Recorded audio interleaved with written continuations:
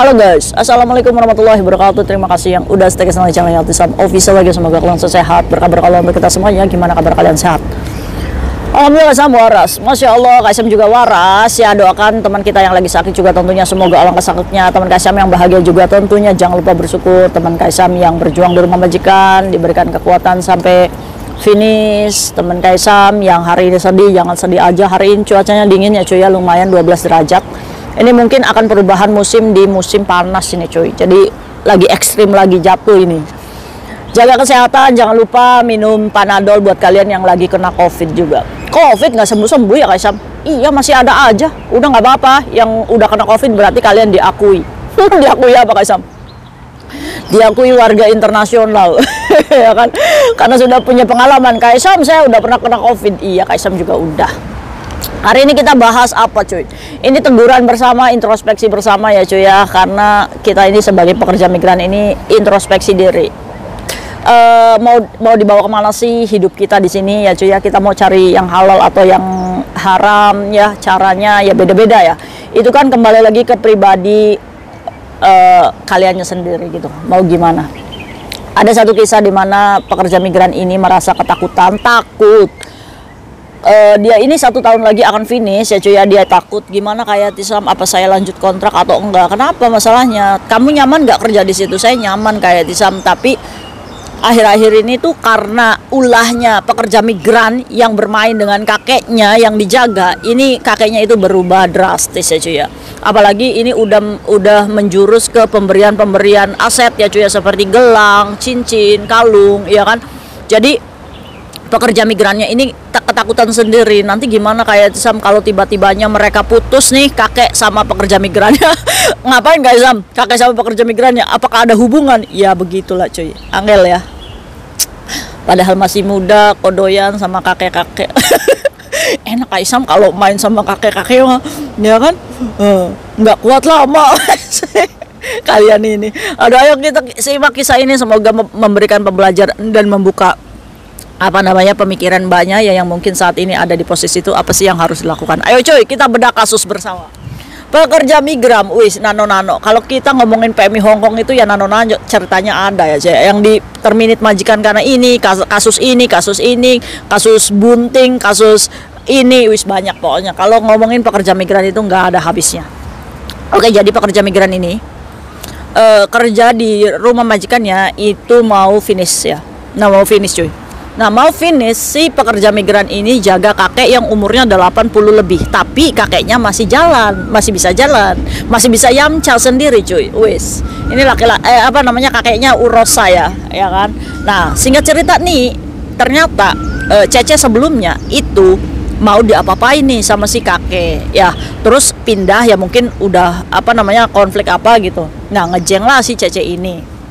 Si Cece ini pun ditawari, Cece, bahkan ya si kakeknya itu nonton video por ya di depan si Cecenya sambil suara keras, au lagi ngapain ya kan Cece, saya ini kamu mau nggak kayak gini sama saya, katanya. Wes, jujuran aja nih, konten 18+, bocil minggir, yang mau dengerin boleh gibah aja kayak Isam itu ya, biarin aja ya kan.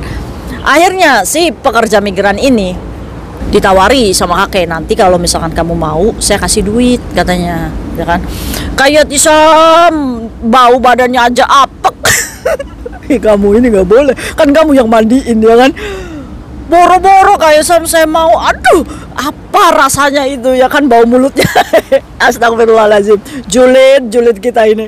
Akhirnya saya nggak mau, kayak Sam tolak. Saya nggak mau ya kerja di sini tuh, saya tuh pengen cari yang halal. Saya nggak mau, kalau misalkan kamu mau, kamu cari aja di luar. Ya kan, si Cecenya ngomong kayak gitu cuy. Nah, termasuknya sudah pinter bahasa Kantonis karena kemarin dia juga sudah kerja di majikan-majikan sebelumnya. Singkat cerita nih, tiba-tiba pas buka pintu nih ada yang ting tong, ternyata kakeknya bawa pekerja migran lain. Woi, dapat dari mana itu kakek? Akhirnya si pekerja migran ini ya kan, mbak gitu, ya umurnya itu ya sekitar di atas 40 lebihan ya cuy ya, yang dibawa. Terus dibawalah sama si kakek itu yang nggak tahu diapakan di kamar. Pada waktu itu ya masih ada mbaknya ya kan. Nah jadi di rumahnya itu tinggalnya cuma bertiga aja cuy. Anaknya si kakeknya tuh sibuk di luar ya cuy ya, kerja. Jadi bapaknya di rumah terus sama si cecenya ini. Sudah di kamar cuma berapa ya, setengah jam juga nggak ada keluar. Akhirnya si pekerja migran ini yang kerja bersama kakeknya kepo, mbak dikasih duit enggak? Dikasih mbak 300 $300 aja cuy, ngelayanin kakek ngapain ya Kak Isam cuma itu aja. aduh julid astagfirullah. Akhirnya si mbaknya ini pekerja migran ini coba 2 kali datang ke rumah, setelah itu bye-bye. Setelah itu Kak Isam saya kepo, tanya kakek, kakek pacar kamu kemana kok nggak kesini lagi? Itu dia itu pinjam uang 5.000 katanya terus ngilang. Astagfirullahaladzim. Akhirnya pinjam uang 5.000 terus ngilang cuy. Aduh ya kan. Terus yang anehnya lagi cuy, udah berjalan nih berbulan-bulan ganti lagi cuy, itu si ceweknya. Nah cewek yang kedua yang dibawa ini umurnya sama 40 ke atas, saya seleranya segitu ya.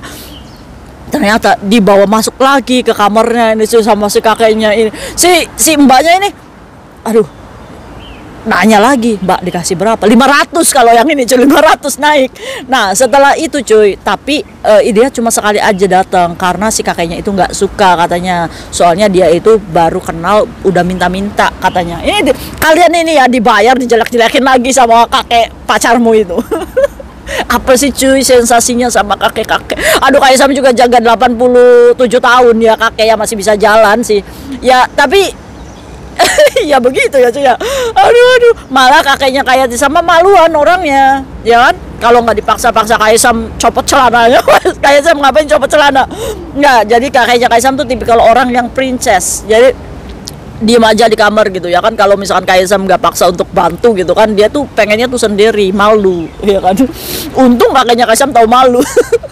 Terus cuy datang lagi nih pacarnya yang ketiga. Nah pacarnya ketiga agak lama nih cuy, berasa bak dadai katanya Kak Isam. Ini yang Kak Isam yang saya takutkan. Kenapa kamu takut? Jadi si mbaknya ini berjilbab. Aduh pusing deh Kak Isam ya. Kayak kamu tuh yang berjilbab yang ngelayanin si kakek-kakek kayak gini punya suami nggak di rumahnya? Kak Isam nggak tahu sih, suami saya tuh banyak utangnya Kak Isam di rumah, makanya saya di sini tuh kelilit utang Kak Isam. Gimana caranya saya menghalalkan segala cara untuk cari duit? Aduh cuy, jangan sakiti dirimu sebegininya, tinggalkan aja suami yang berjudi kayak gitu daripada kamu di sini jadi lacur ya kan. Tapi nggak apa-apa Kak Isam jadi lacur daripada teman saya tuh yang nipu bank. Kena lagi disindir. Astagfirullahaladzim. Akhirnya si mbak itu ya agak ini apa namanya, mungkin agak lembut ya memperlakukan si kakek. Jadi kakeknya ini merasa seneng nih sama mbaknya. Nah kalau datang nih Kak Isam ya jeblusnya nih, dia ini nanya apa namanya, pas waktu dikasih itu kan, dikasih duit Kak Isam sama kakek saya nih yang kerja Kak Isam dikasih 200, dia dikasihnya 500. Saya protes sama kakek saya, loh kenapa saya kerja di sini cuma 200, dia dikasih 500, katanya protes. Mbak dia mah pacarnya ya kan. Akhirnya semenjak itu kakek itu, semenjak saya protes dan melihat tidak suka sama mbaknya ini, Kak Isam kalau dia datang nih bohong sama saya tuh pagi-pagi tuh ya disuruh pergi kemana dulu gitu, beli apa gitu. Jadi mbaknya datang. Pernah waktu itu Kak Isam saya pulang, kok kamar mandi ini basah ya, kan cuma tinggalnya kan ibaratnya berdua aja ya, padahal ya nggak mungkin banget kakek saya yang basahin kamar mandi itu, habis junub. Astagfirullahaladzim. Nah yang jadi bingungnya si mbaknya ini kan mau finish galau, kerjaan sih santai ya karena mbaknya kan bisa menjaga diri ya di situ ya cuy ya, nggak mau disentuh, nggak mau apa. Yang ditakutkan adalah si mbaknya ini sering, yang mbak yang pacarnya si kakek itu dikasih gelang, dikasih kalung, dikasih uang. Terakhir itu dia minjem uang 10.000 sama kakeknya. Jadi si pekerja migran ini ngerasa ketakutan sendiri. Kayak Isam, gimana ya menurut Kak Isam ini, gimana saya menghadapi fenomena seperti ini? Sedangkan majikan saya itu percaya banget sama saya. Gimana nanti kalau saya tiba-tiba hartanya kakek dicek, hilang, nuduhnya saya. Gimana nih Kak Isam solusi terbaiknya? Oke cuy, mbaknya bingung. Menurut kalian lanjut kontrak nggak. Kerjaannya sih bagus ya cuy ya, cuma kakeknya agak nggak suka semenjak pacaran sama si mbak ini yang berkerudung ini. Ya mungkin dihasut-hasut kali ya kan. Jadi marah-marah terus sama mbaknya nih, ya kan, pelitnya minta ampun, ya kan. Terus yang nggak sukanya sama mbaknya nih, dia nih kalau datang nih mbak dadai katanya, sok-sok nawarin makanan yang ada di rumahnya dia sendiri. Mbak, ayo mbak makan. Ya mbak, nanti juga saya makan sendiri, orang ini rumah yang saya kerja, ya kan. Sok-sokan. Jealous ya, ayo cemburu ya. Bukan cemburu masalah kakeknya tidurin sini, mbaknya yang enggak cemburu, mungkin perlakuannya hanya karena pengaruh pacarnya si kakek yang sesama pekerja migran ini membuat pekerjaan si mbaknya ini juga merasa dizolimi ya cuy ya. Oke, kita tegur dulu mbaknya yang pakai hijab ya, yang datang sebagai pacarnya ya kan, sebagai PMI Hongkong ya. Kalau misalkan memang kamu berhubungan dengan kakek si mbaknya, tolong juga posisikan kerjaannya si mbaknya juga, jangan sampai berantakan dong mbak ya kan. Itu kan hak saya, kayak saya mau pacaran sama kakeknya, mau apa kan, suka sama suka. Oke, itu pembelaan dari mbaknya mungkin saja ya, boleh silakan, tapi alangkah lebih baiknya introspeksi lah mbak ya, kasihan dong ya kan, kasihan diri kamunya sendiri. Ya nggak apa-apa Kak Isam, yang penting saya banyak duit ya wis, nggak apa-apa. Kalau kamu punya berprinsip seperti itu ya silakan aja ya kan.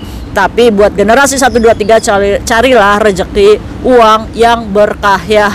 Jangan seperti ini menghalalkan segala cara, nauzubillah min dalik cuy ya. Ayo introspeksi bareng-bareng.